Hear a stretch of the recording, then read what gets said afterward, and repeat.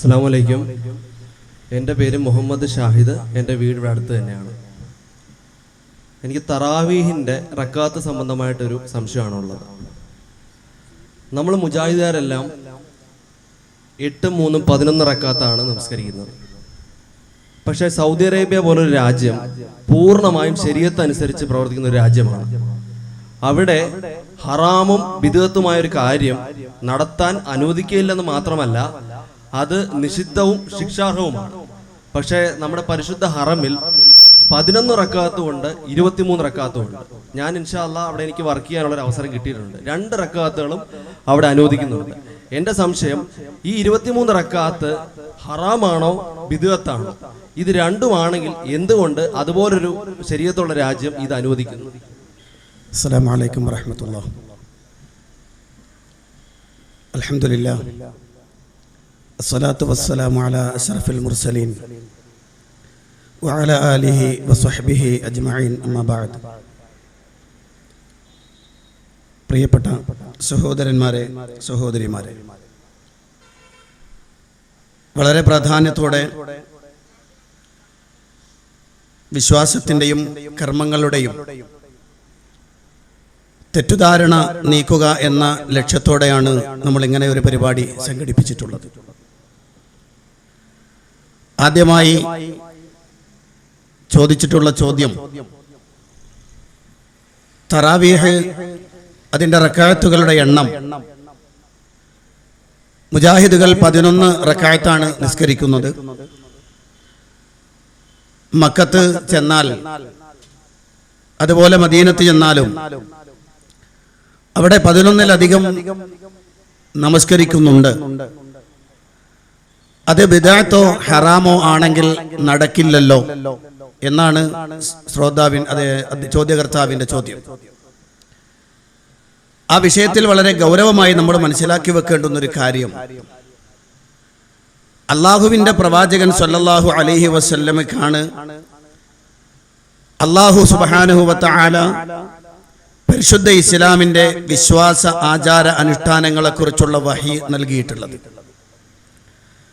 അതുകൊണ്ട് തന്നെ നബി സല്ലല്ലാഹു അലൈഹി വസല്ലം എന്താണോ ചെയ്തത്, എന്താണോ പ്രവർത്തിച്ചത്, ആ പ്രവർത്തിച്ചതാണ് പ്രവാചകൻ സല്ലല്ലാഹു അലൈഹി വസല്ലം പറഞ്ഞതാണ്, അവിടുന്ന് അംഗീകരിച്ചതാണ് ഇസ്ലാമിന്റെ പ്രമാണം, ഇസ്ലാമിലെ പ്രവർത്തനം. തറാവീഹ് നമസ്കാരം അല്ലാഹുവിന്റെ പ്രവാചകൻ സല്ലല്ലാഹു അലൈഹി വസല്ലം അവിടുന്ന് സ്വന്തം ഭവനത്തിൽ വെച്ച് നിസ്കരിച്ചിട്ടുണ്ട്. അവിടുന്ന് പള്ളിയിൽ വന്നും നിസ്കരിച്ചിട്ടുണ്ട്. ആ നിസ്കരിച്ച നിസ്കാരങ്ങളെല്ലാം സ്വഹീഹായ പരമ്പരയിലൂടെ റിപ്പോർട്ട് ചെയ്യപ്പെടുന്നത് 11 റക്അത്താണ്, 13 റക്അത്താണ്. ഏറ്റവും പ്രബലമായ രൂപത്തിലുള്ള റിപ്പോർട്ടുകൾ ഇങ്ങനെയാണ് വന്നിട്ടുള്ളത്.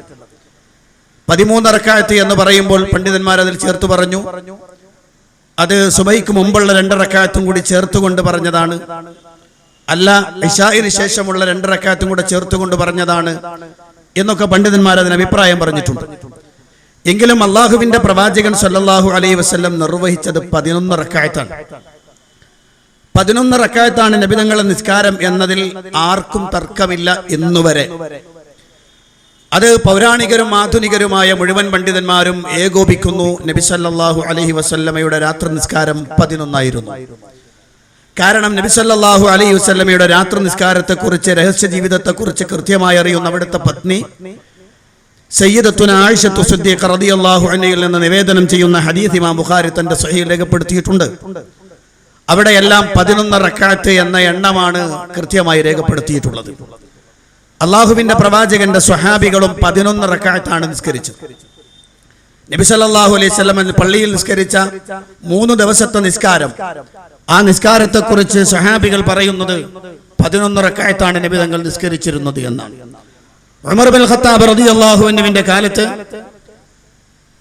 തറാവീഹ് നമസ്കാരം വീണ്ടും ജമാഅത്ത് ഒരുമിച്ച് കൂട്ടപ്പെടുമ്പോൾ, കാരണം നബി സല്ലല്ലാഹു അലൈഹി വസല്ലം 3 ദിവസം നിസ്കരിക്കുകയും 4ാമത്തെ ദിവസം വരാതിരിക്കുകയും ചെയ്തു എന്നും, ഖശീതു അൻ തുഫറള അലൈക്കും, നിങ്ങൾക്കത് നിർബന്ധമാക്കപ്പെടുമോ എന്ന് ഞാൻ ഭയപ്പെട്ടതാണ് വരാതിരിക്കാനുള്ള കാരണമെന്ന് നബി സല്ലല്ലാഹു അലൈഹി വസല്ലം പറയുകയും പിന്നീട് ആ ജമാഅത്ത് നിന്നു പോവുകയും ചെയ്തു.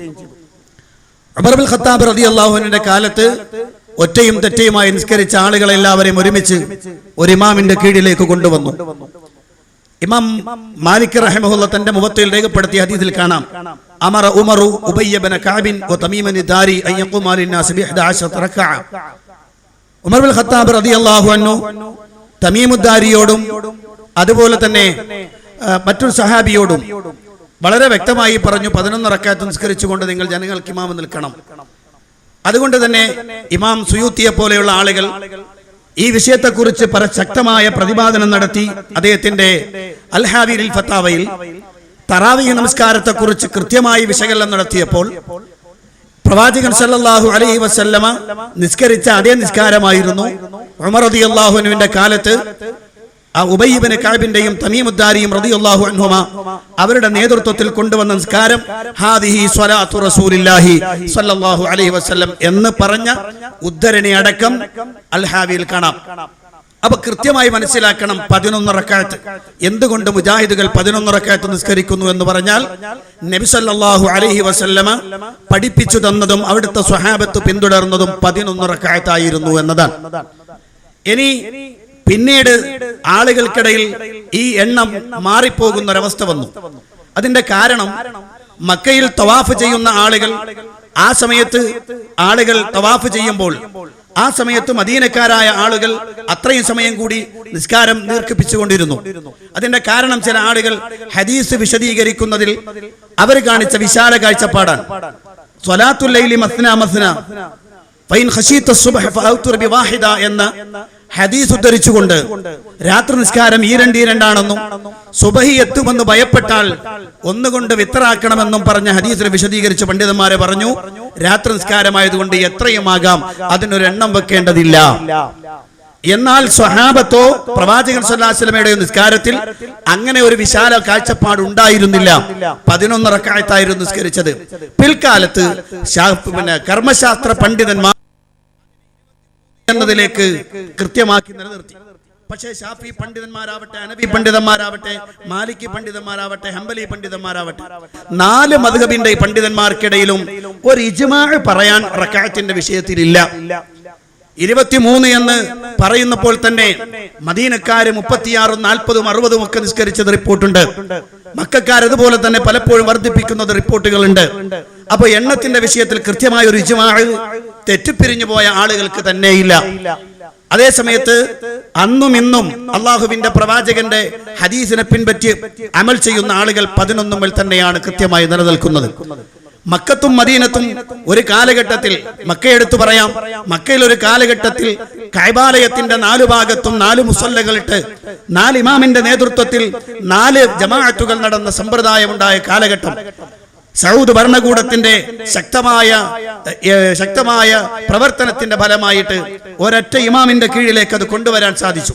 പക്ഷേ അപ്പോഴും ആ ഇടക്ക് വെച്ച് വന്ന അധികരിച്ച റക്അത്തുകൾ അത് 23 എന്നല്ല, എത്രയുമാകാം എന്നതാണ് അവിടെയുള്ള പണ്ഡിതന്മാരുടെ കാഴ്ചപ്പാടുണ്ടായിരുന്നത്.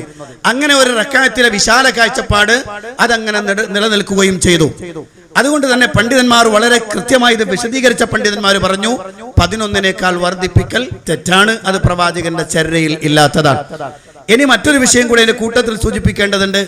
മക്കത്ത് നടക്കുന്നത് ഒരു ബിദ്അത്തോ തെറ്റായ കാര്യമാണെങ്കിൽ അതൊരിക്കലും ഉണ്ടാവില്ലല്ലോ എന്ന് പറയുന്നത് ശരിയല്ല. കാരണം എന്താന്ന് വെച്ചാൽ മക്കയിലും മദീനത്തും നടക്കുന്നതെല്ലാം ശരിയാണ്, അല്ലെങ്കിൽ അതിലേക്ക് നോക്കണം എന്നൊരു നിബന്ധന പരിശുദ്ധ ഇസ്ലാമിന്റെ നിയമത്തിലില്ല. അള്ളാഹുവിന്റെ പ്രവാചകൻ സല്ലല്ലാഹു അലൈഹി വസല്ലം പറഞ്ഞത് ഖുർആനും സുന്നത്തും മാത്രം പിൻപറ്റണമെന്നാണ്. ഏതെങ്കിലും ഒരു നാടോ ഏതെങ്കിലും ഒരു സമൂഹത്തെയോ പിൻപറ്റണം എന്ന പ്രഖ്യാപനം പ്രവാചകനും അവിടെ പരിശുദ്ധ ഖുർആനോ പ്രവാചകൻ സല്ലല്ലാഹു അലൈഹി വസല്ലമയോ നമ്മളെ പഠിപ്പിച്ചിട്ടില്ല. ഇനി ഞാൻ നിങ്ങളുടെ അറിവിലേക്ക് ഒരു കാര്യം പറയാം. ഇന്ന് എല്ലാവർക്കും മുബാശിർ എന്ന് വിളിക്കപ്പെടുന്ന ആ ലൈവ് പ്രോഗ്രാം മാത്രം റിപ്പോർട്ട് ചെയ്യുന്ന സൗദിയുടെ ചാനലുണ്ട്. ആ ചാനൽ നിങ്ങൾ നോക്കിയാൽ അറിയാം, അവിടുത്തെ നമസ്കാരങ്ങൾ റിപ്പോർട്ട് ചെയ്തിട്ടുണ്ട്. ആ നിസ്കാരത്തിൽ ളുഹറാവട്ടെ, അസ്റാവട്ടെ, മഗ്രിബാവട്ടെ, ഇശാവട്ടെ, സുബഹിയാവട്ടെ, ഏത് നിസ്കാരത്തിലാണെങ്കിലും ശരി, ആ നിസ്കാരത്തിൽ ഇമാമ് അല്ലാഹു അക്ബർ എന്ന് പറഞ്ഞാൽ ഉടൻ തന്നെ മിഅദത്തിലുള്ള അഥവാ ആ ബാങ്ക് കൊടുക്കുന്ന സ്ഥലത്തുള്ള മുഅദ്ദിൻ അല്ലാഹു അക്ബർ എന്ന് എടുത്തു ധരിക്കുന്നത് കാണാം. 4 മദ്ഹബിന്റെ പണ്ഡിതന്മാരും പറഞ്ഞു, ഇന്ന തബ്ലീഗ ബിദ്അത്തുൻ മുൻകറത്തുൻ ബിത്തിഫാഖിൽ അഇമ്മത്തിൽ 4 എന്ന് കൃത്യമായി പണ്ഡിതന്മാർ രേഖപ്പെടുത്തിയിട്ടുണ്ട്. കർമ്മശാസ്ത്ര പണ്ഡിതന്മാർ തബ്ലീഗ് മുങ്കറത്തായ ബിദ്അത്താകുന്നു എന്നാണ്. എന്താ തബ്ലീഗ് മുങ്കറത്തായ ബിദ്അത്ത് എന്ന് പറഞ്ഞാൽ? ഇമാമിന്റെ ശബ്ദം കേൾക്കുന്നതിന്റെ അടുത്ത്, കേൾക്കുന്നത് എവിടെയാണോ അവസാനിക്കുന്നത് അവിടെ നിന്നാണ് മുബല്ലിഗ് ഉണ്ടാവേണ്ടത്. അത് കേൾക്കുന്ന, അതാണ് പണ്ഡിതന്മാർ, കർമ്മശാസ്ത്ര പണ്ഡിതന്മാർ പറയുന്നത്. എന്നാൽ മക്കത്തും മദീനത്തും നടക്കുന്നു ഇപ്പോഴും മുക്കബ്ബറാത്തു സൗത്തിലൂടെ ഇമാമിന്റെ ശബ്ദം എല്ലാവരും കേൾക്കുമ്പോൾ തന്നെ മുഅദ്ദിൻ അവിടെ നിന്നുകൊണ്ട് ഈ വാചകം രണ്ടാമത് ഉയർത്തി പറയുന്നു, തബ്ലീഗ് ചെയ്യുന്നു. അങ്ങനെ ഒരു മുബല്ലിഗായി അദ്ദേഹം നിൽക്കലുണ്ട്. യഥാർത്ഥത്തിൽ കർമ്മശാസ്ത്ര പണ്ഡിതന്മാരുടെ വീക്ഷണ പ്രകാരം അച്ചയ്യുന്ന പണി ബിദ്അത്ത് മുങ്കറത്താണ്. അപ്പൊ അങ്ങനെ ഒരു പണി അവിടെ നടക്കണില്ല. ഉണ്ട്. എന്തുകൊണ്ട്? പാരമ്പര്യമായി കുറെ കാലമായി ചെയ്തു വന്ന സംഗതിയെ അതേ ആ രൂപത്തിൽ അങ്ങ് നിലനിർത്തി പോകുന്നു എന്നതാണ്. മാത്രമല്ല, സൗദി അറേബ്യ എന്നൊക്കെ പറയുമ്പോൾ മുസ്ലിമീങ്ങൾ എല്ലാവരെയും ഉൾക്കൊള്ളുന്ന ഒരു പ്രദേശമാവണം, എല്ലാവരെയും ഉൾക്കൊള്ളുക എന്ന വിശാല സമീപനത്തിലാണ് സൗദി ഗവൺമെന്റ് ഇപ്പോൾ ചെയ്തുകൊണ്ടിരിക്കുന്നത്. അതുകൊണ്ട് തന്നെ കൃത്യമായ മേഖലയിലേക്ക് കടന്നു വന്ന് അവിടെ സ്റ്റോപ്പ് ചെയ്യിപ്പിക്കുക എന്നത് ഇതുവരെ നടക്കണില്ല, ഇനിയും നടക്കാൻ സാധ്യതയില്ല. പക്ഷെ നമ്മൾ ഫോളോ ചെയ്യേണ്ടത്, മക്കത്തെ ഇമാം എത്ര നിസ്കരിച്ചു, മദീനത്തെ ഇമാം എത്ര നിസ്കരിച്ചു, മക്കത്തെ ആളുകൾ എത്ര നിസ്കരിക്കുന്നു, മദീനത്തെ ആളുകൾ എത്ര നിസ്കരിക്കുന്നു എന്ന് നോക്കിയിട്ടല്ല, മറിച്ച് അള്ളാഹുവിന്റെ പ്രവാചകനാണ് റോൾ മോഡൽ. പരിശുദ്ധ ഖുർആൻ 33-ാം അധ്യായം സൂറത്ത് അഹ്സാബിന്റെ 21-ാമത്തെ വചനത്തിൽ വളരെ വ്യക്തമായി പഠിപ്പിച്ചെന്നു, നിങ്ങളുടെ റോൾ മോഡൽ അഥവാ നിങ്ങളുടെ മാതൃക, നല്ല മാതൃക റസൂലുള്ളാഹിയിലാണ്. ആ പ്രവാചകനെ പിൻപറ്റുക എന്ന ബാധ്യതയാണ് നമുക്കുള്ളത്. മക്കയും മദീനയും ചോദ്യമായി കടന്നു വരില്ല. ഇനി അങ്ങനെ ആരെങ്കിലും എടുത്തു വെച്ചാൽ, അങ്ങനെയാണെങ്കിൽ ധാരാളം ചൂണ്ടിക്കാണിക്കാം. മക്കത്തും മദീനത്തും കുനൂത്തില്ല. ഇവിടെ കുനൂത്ത് ഓതുന്നവർ ഓതാത്തവരെ ബിദ്അത്തുകാരായിട്ടാണ് ചിത്രീകരിക്കൽ. പിന്നെ ബിദ്അത്തുകാരാണ് അവരെന്നാ പറയാ. മക്കത്തും മദീനത്തും നിസ്കാര ശേഷം കൂട്ടുപ്രാർത്ഥനയില്ല. കൂട്ടുപ്രാർത്ഥനയില്ലാത്ത പള്ളി മസ്ജിദുൽ ളിറാർ ആണെന്നാണ് നമ്മുടെ നാട്ടിലെ ആളുകൾ പറയാറുള്ളത്. അതുപോലെ മക്കത്തും മദീനത്തും സ്ത്രീകൾക്ക് പള്ളിയിൽ പോകൽ അനുവദനീയാണ്. നമ്മുടെ നാട്ടിൽ പറയും പള്ളിയിൽ സ്ത്രീകൾ കൊണ്ടുപോകുന്നത് മസ്ജിദുൽ ളിറാറാണ്. ഇങ്ങനെ പരിശോധിച്ച ധാരാളമുണ്ട്. അപ്പോ പ്രമാണങ്ങളുടെ പിന്നാലെയാണ് നമ്മൾ പോകേണ്ടത്. ഏതെങ്കിലും ഒരു നാടോ ഒരു പ്രദേശമോ ഒരു സമൂഹത്തെയോ പിൻപറ്റണം എന്നത് അള്ളാഹുവിന്റെ ഖുർആനോ തിരുസുന്നത്തോ പഠിപ്പിച്ചതല്ല.